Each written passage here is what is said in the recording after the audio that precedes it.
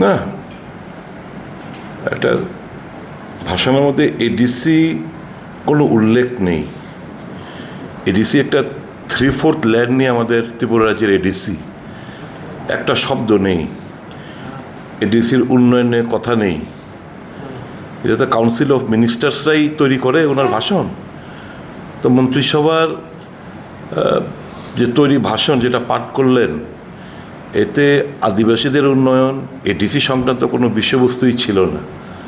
প্রাথমিক প্রক্রিয়া এটাই আমাকে অবাক হই যে কোনো উল্লেখই ছিল না এডিসি সম্পর্কে, কোনো বিষয়বস্তু ছিল না, আদিবাসীদের উন্নয়নে কোনো কথা নেই। তো এটা অবাক লাগে। বাকিটা তো নিশ্চয়ই গভর্নর স্পিচের উপর যখন ডিসকাশন হবে তাতে তো নিশ্চয়ই অংশগ্রহণ করব।